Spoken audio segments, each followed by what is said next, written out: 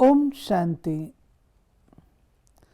आज 23 दिसंबर 1987 बाप दादा के अव्यक्त रूप के चले हुए मधुर महावाक्यों पर हम मनन और चिंतन करेंगे। आज की मुरली का विषय है मनन शक्ति और मगन स्थिति।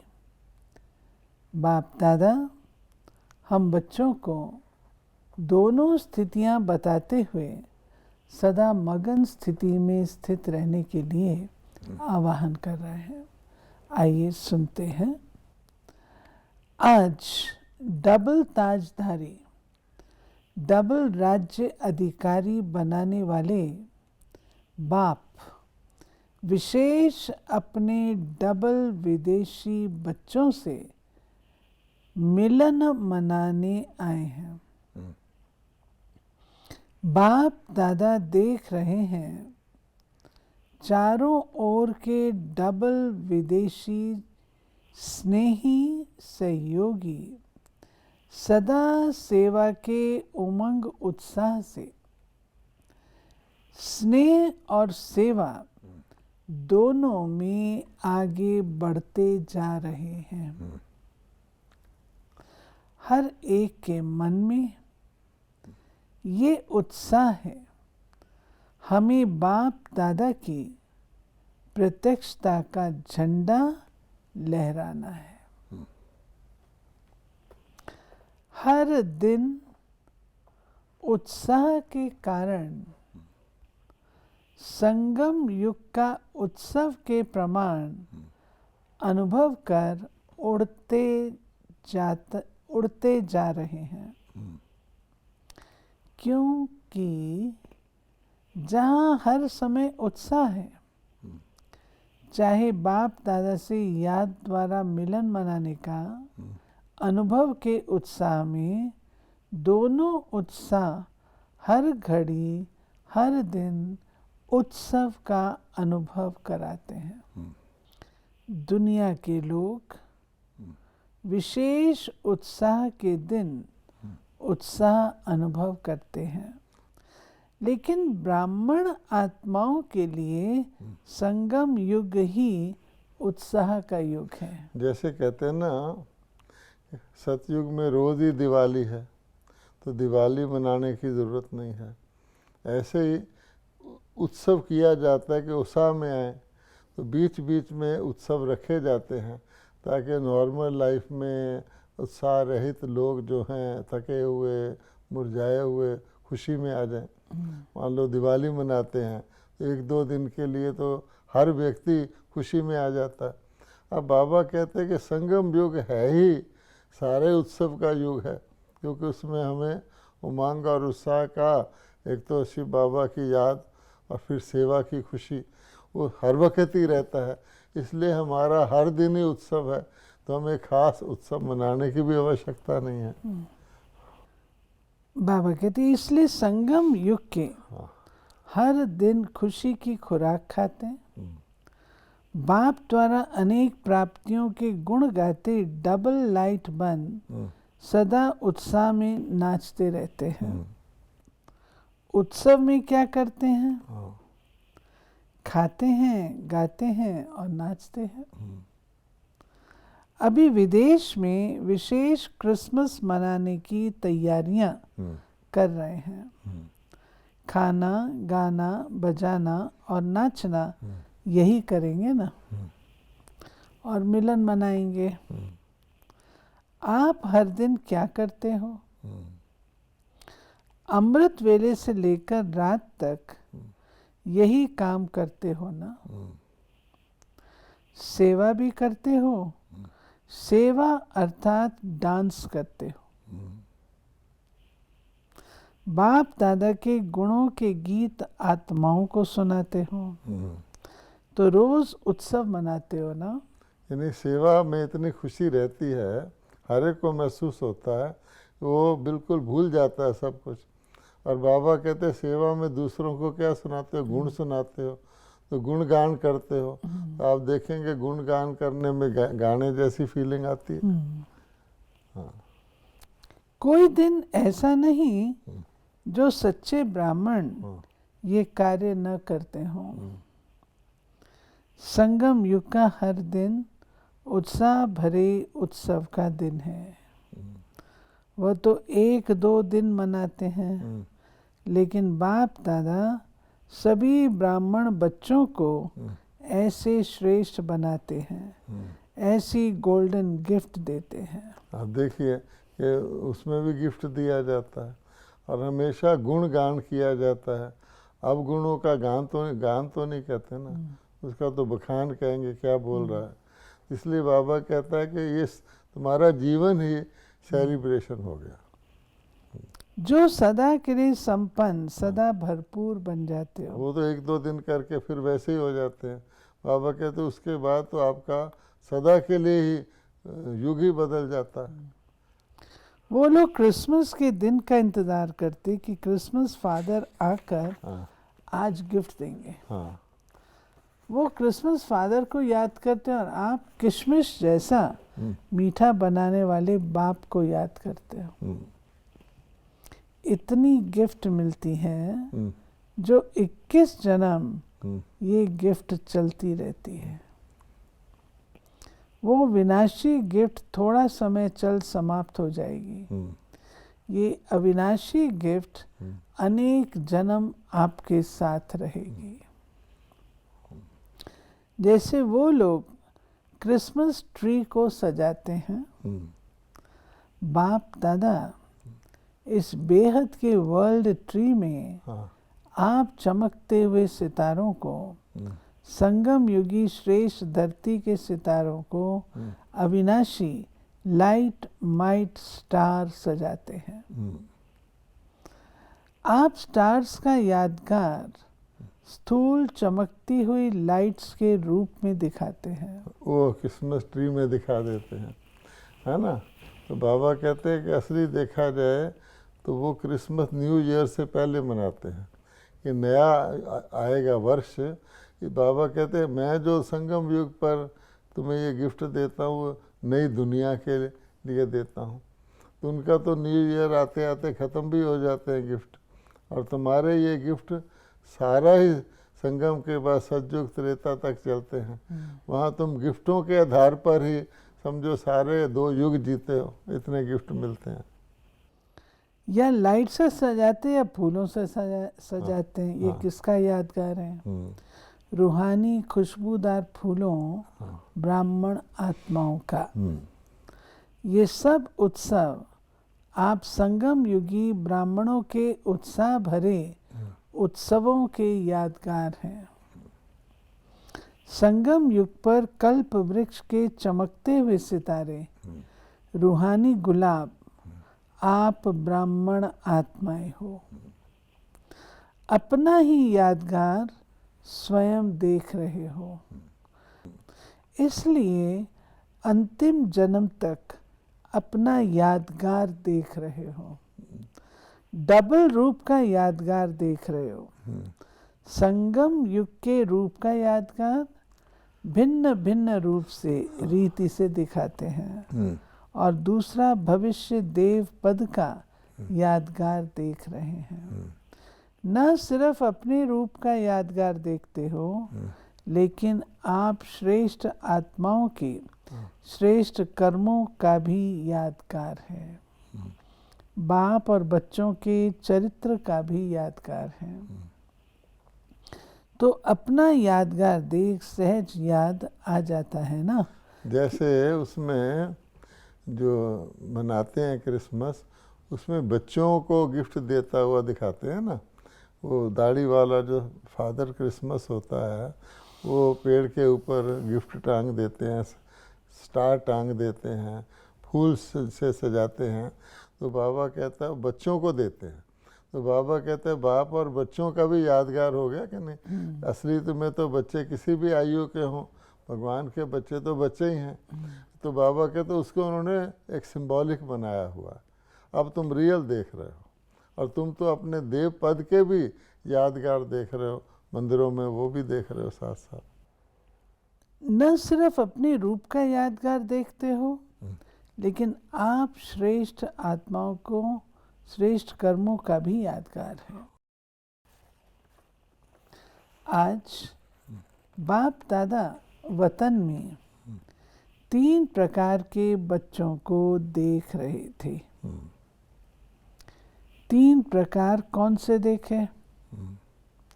पहला वर्णन करने वाले, दूसरा मनन करने वाले, तीसरा अनुभव में मगन रहने वाले। ये 3 प्रकार के बच्चे देश विदेश के सभी बच्चों में देखे। वर्णन करने वाले ब्राह्मण अनेक देखे। मनन करने वाले बीच की संख्या में देखे।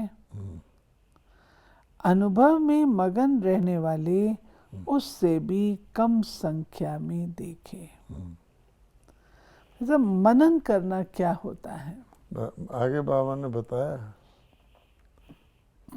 वर्णन करना अति सहज है,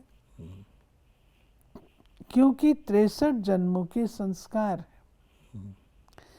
एक सुनना, दूसरा जो सुना वो वर्णन करना, ये करते आए हो। यानी हम 63 जन्म से द्वापर से लेकर क्या करते हैं? सुनना और सुनाना, है ना? सुनना और वर्णन करना। चाहे हमने भक्ति की, चाहे संसारिक रूप से भी हम यही करते आए हैं ना 63 जन्म से। तो वो तो बड़ा आसान है, सुन के सुना देना। कोई व्यक्ति जाए, कोई टेम्पल देख के आए या ताजमहल देख के आए, वो क्या करेगा? आगे दूसरे को सुनाएगा, ऐसा ऐसा देखा। ये आसान है ना? एक सुनना, हाँ। दूसरा जो सुना वो वर्णन करना। हाँ। भक्ति मार्ग है ही सुनना, हाँ। या कीर्तन द्वारा, हाँ। प्रार्थना द्वारा वर्णन करना। हाँ। साथ साथ देह अभिमान में आने के कारण व्यर्थ बोलना, ये पक्के संस्कार रहे हैं। भक्ति, हाँ, व्यर्थ के भी रहे हैं। हाँ। जहाँ व्यर्थ बोल होता है, वहाँ विस्तार स्वतः ही होता है। स्वचिंतन अंतर्मुखी बनाता है, पर चिंतन वर्णन करने के विस्तार में लाता है। अब बाबा ने ये भी बता दिया, अगर पर चिंतन करोगे तो वर्णन भी करोगे कि पहले पर दर्शन किया, ये हुआ, फिर उसको अनाउंस दूसरों को सुनाओगे। और जो अंतर्मुखी होगा वो स्वचिंतन करेगा, उसका विस्तार नहीं होगा। तो वर्णन करने के संस्कार अनेक जन्मों के होने के कारण ब्राह्मण जीवन में भी अज्ञान से बदल ज्ञान में तो आ जाते हैं। ज्ञान को वर्णन करने में जल्दी होशियार हो जाते हैं। वर्णन करने वाले वर्णन करने के समय तक खुशी व शक्ति अनुभव करते हैं, लेकिन सदा काल के लिए नहीं। मुख से ज्ञान दाता का वर्णन करने के कारण शक्ति और खुशी, ये ज्ञान का प्रत्यक्ष फल प्राप्त हो जाता है। क्योंकि वर्णन क्या करते हैं? भगवान, उसका परिचय, इसलिए वो तो अच्छी चीज़ है, इसलिए उनको खुशी और शक्ति मिल जाती है। अब कोई मुरली सुनाता है, कोई भी सुनाता है, तो आप देखेंगे उसको कितनी खुशी और शक्ति मिलती है, क्योंकि क्या सुना रहा है? भगवान के महावाक्य सुना रहा है। प्रत्यक्ष फल तो मिल जाता है। लेकिन शक्तिशाली स्वरूप सदा खुशी स्वरूप नहीं बन सकते। फिर भी ज्ञान रतन है और डायरेक्ट भगवानुवाच, इसलिए यथाशक्ति प्राप्ति स्वरूप बन जाते हैं। मनन करने वाले सदा जो भी सुनते हैं उनको मनन कर स्वयं भी हर ज्ञान की पॉइंट का स्वरूप बनते हैं। हाँ, अब फर्क हो गया ना। आपने पूछा था मनन क्या होता है, कि जो सुना उसको मनन किया और उसको धारण किया और उसका स्वरूप बन गए।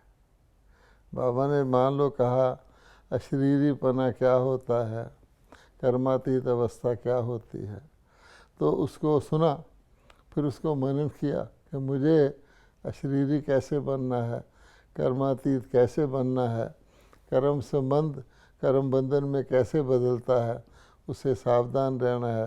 तो जब धारण कर लिया तो कर्म में आ गया ना, तो उसको कहते हैं मनन करके अपना बनाना, अथॉरिटी बनना उसका। मनन शक्ति वाले गुण स्वरूप, शक्ति स्वरूप, ज्ञान स्वरूप, याद स्वरूप स्वतः ही बन जाते हैं। अब आपने साथ स्वरूप शब्द लगाया है। एक होता है सुनना, एक होता है स्वरूप बनना। तो बाबा क्या कहते हैं, आत्मा शांति स्वरूप है, सुख स्वरूप है, ज्ञान स्वरूप है, प्रेम स्वरूप है। अगर हमने प्रेम का वर्णन किया तो बाबा ने बताया, हमने दूसरे को सुना दिया, लेकिन प्रेम स्वरूप नहीं बने तो फिर क्या होगा।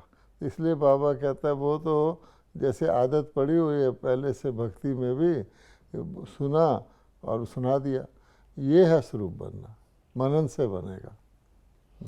लेकिन बाबा कहते हैं क्योंकि मनन करना अर्थात बुद्धि द्वारा ज्ञान के भोजन को हजम करना। हाँ, ये इसका सार में अर्थ है। जैसे स्थूल भोजन अगर हजम नहीं होता हाँ, तो शक्ति नहीं बनती, सिर्फ मुख से स्वाद तक रह जाता है।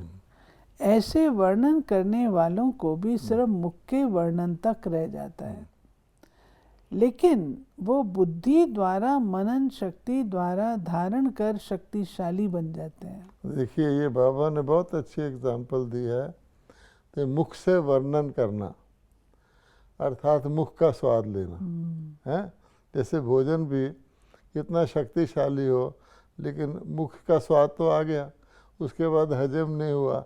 इसी प्रकार से बाबा कहते हैं मुख से ज्ञान सुनाना, उसका टेस्ट तो आ जाएगा, लेकिन वो कितनी देर रहता है स्वाद।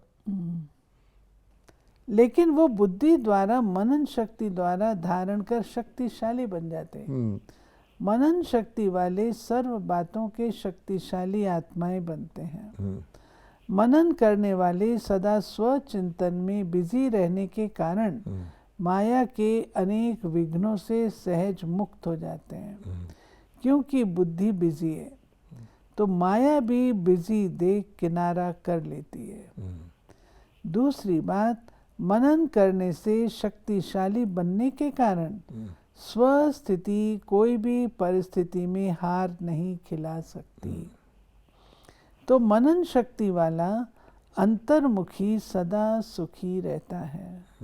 समय प्रमाण शक्तियों को कार्य में लगाने की शक्ति होने के कारण जहाँ शक्ति है वहाँ माया से मुक्ति है।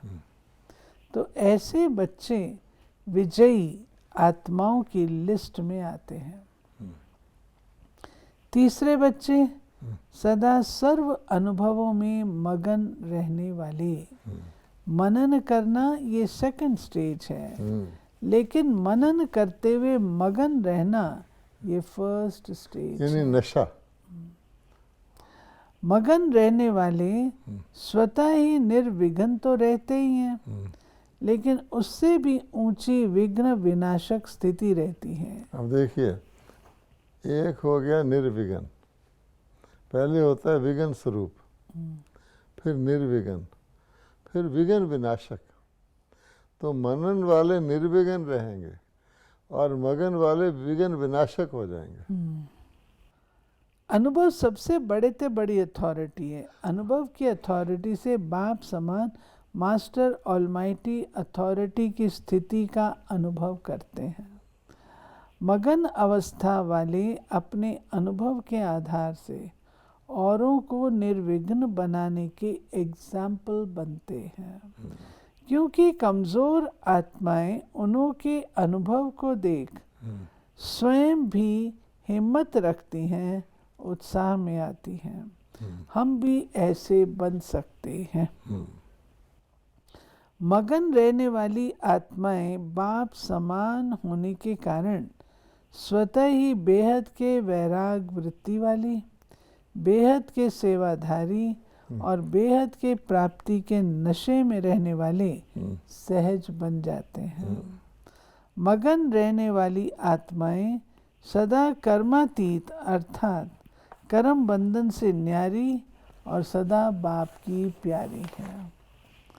मगन आत्मा सदा तृप्त आत्मा, संतुष्ट आत्मा, संपन्न आत्मा, संपूर्णता के अति समीप आत्मा है।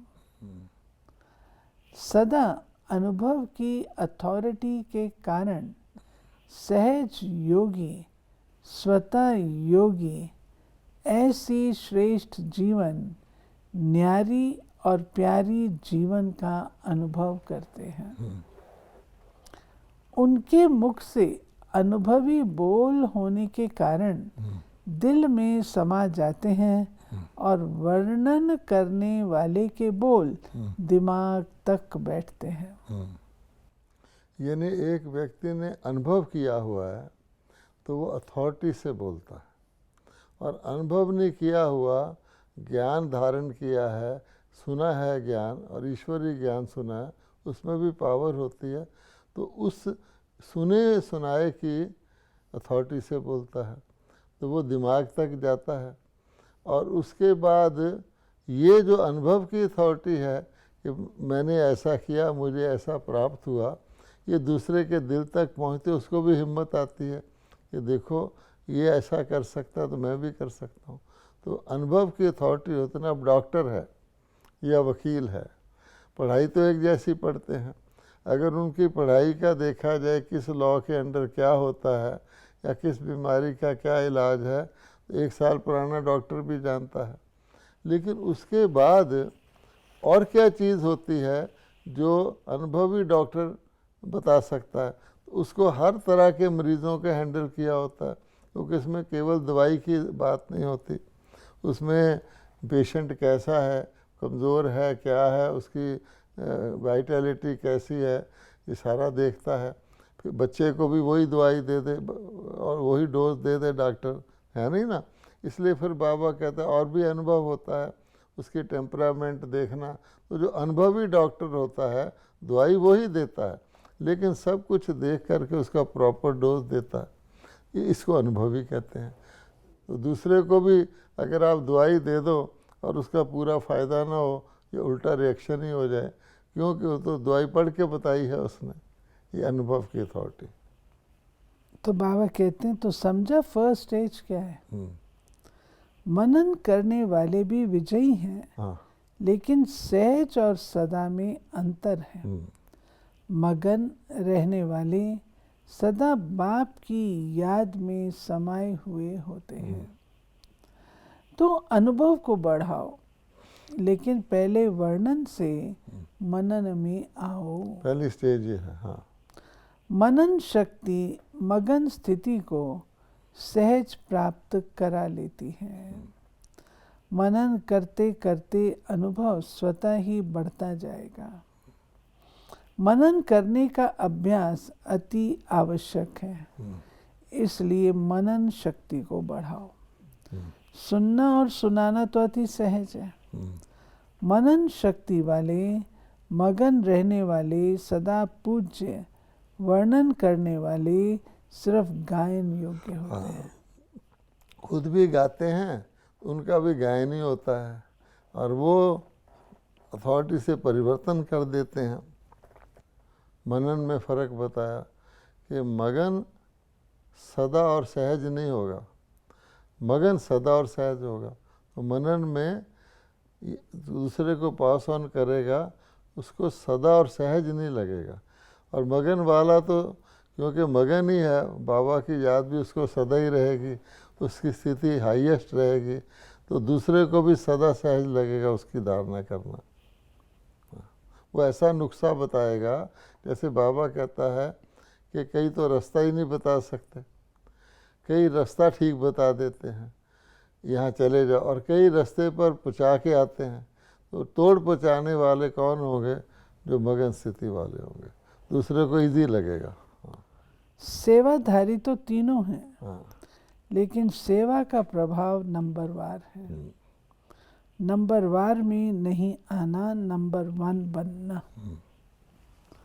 अच्छा, सदा अपने को डबल राज अधिकारी, डबल ताजधारी, श्रेष्ठ आत्मा अनुभव करने वाले, सदा मनन शक्ति द्वारा मगन स्थिति का अनुभव करने वाले, सदा बाप समान अनुभवी, मास्टर ऑलमाइटी अथॉरिटी स्थिति के अनुभवी मूर्त बनने वाले, सदा अपने शक्तिशाली पूज्य स्थिति को प्राप्त करने वाले, ऐसे नंबर 1 सदा विजयी बच्चों को बाप दादा का याद, प्यार और नमस्ते।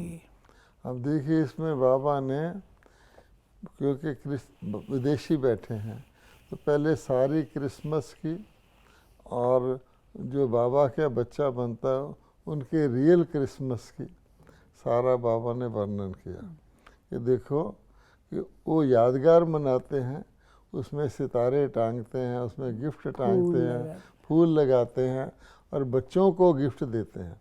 लेकिन यादगार किसका, बच्चे कौन और असली क्रिसमस फादर कौन, और वो गिफ्ट कौन से कितने समय के लिए देता है, और आपको कैसे धरती के सचमुच के सितारे कल्प वृक्ष में बनाता है। तो बाबा ने कहा पूरा यादगार है। फिर ये तो तुम्हारा संगम युग का यादगार है, उसके आगे तुम अपने यादगार को भी देख रहे हो और देवी देवताओं की मूर्तियों में अपने भविष्य के यादगार को भी देख रहे हो। अब विदेशियों को तो ये पता लग जाता है और वो परमानेंट तुम्हारे यादगार है। ये सारा बता करके फिर बाबा ने ज्ञान की फिर कहा देश विदेश सभी के बच्चों के लिए ये 3 बातें बाबा ने बताई। वर्णन, और वर्णन का बहुत अच्छा बताया, वर्णन सहज लगता है। अज्ञान से ज्ञान में आ गए, तो अज्ञान में अज्ञान का वर्णन करते थे और द्वापर युग से वर्णन ही करते आए हैं। और वर्णन अगर आप बाहरमुखी होके करते हैं, आप पे विस्तार हो जाता है उसके अंदर। तो भक्ति मार्ग में करते हैं तो यहाँ आके ज्ञान में करना शुरू कर दिया, लेकिन उसमें पर चीज़ें पंच दूसरा पर दर्शन भी आ जाता है, फैल जाता है। अगर अंतर्मुखी होके करते हैं तो आप फिर सोच चिंतन करते हैं तो सार में आ जाता है। लेकिन रहता वर्णन ही वर्णन है ना, इसलिए बाबा कहता है वो मुख का स्वाद, जैसे किसी अच्छे भोजन की शक्तिशाली का भी मुख का स्वाद हो गया और आपका अप्रिशिएशन भी गायन के रूप में आपका गायन योग्य बन जाओगे। लेकिन बाबा कहता है कि अगर भोजन डाइजेस्ट नहीं किया तो मुख तक ही रह जाएगा। तो वर्णन ऐसी चीज़ है कि वो बुद्धि तक रह जाती है, लेकिन फिर मनन करेंगे अर्थात उसको डाइजेस्ट करेंगे, उसको धारण करेंगे, धारण करके बोलेंगे तो फिर बाबा कहता है कि दूसरे को भी धारण जितना जितना मनन करेंगे धारणा होगी, अर्थात उसका स्वरूप बनेगा। स्वरूप बनना इम्पॉर्टेंट है कि मैं शांति स्वरूप हूँ, शांति का ज्ञान धारण किया है तो दूसरे को भी बनाऊँगा। लेकिन बाबा कहता है ये भी सेकंड स्टेज है, क्योंकि स्वरूप बनना भी जो है वो सदा और सहज नहीं है। तो लेकिन आप उसमें मगन ही हो जाएं, सदा ही भगवान के साथ रहें। जैसे किसी को नशा चढ़ा रहता है, हर वक्त परमात्मा याद ही रहे, वो आप में उसमें रमन करने लग जाए, वो आपका स्वभाव ही बन जाए नेचुरल, तो फिर सदा और सहज भी हो जाएगा। ये तीसरी स्टेज है, तो हमको तीसरी स्टेज पर आना है। आपने बहुत सुंदर स्पष्टीकरण देकर का तीसरी स्टेज पर हमको अनुभव की अथॉरिटी। बाबा ने कहा पहली से दूसरी में आओ, फिर दूसरी से तीसरी में आओ। ओम शांति।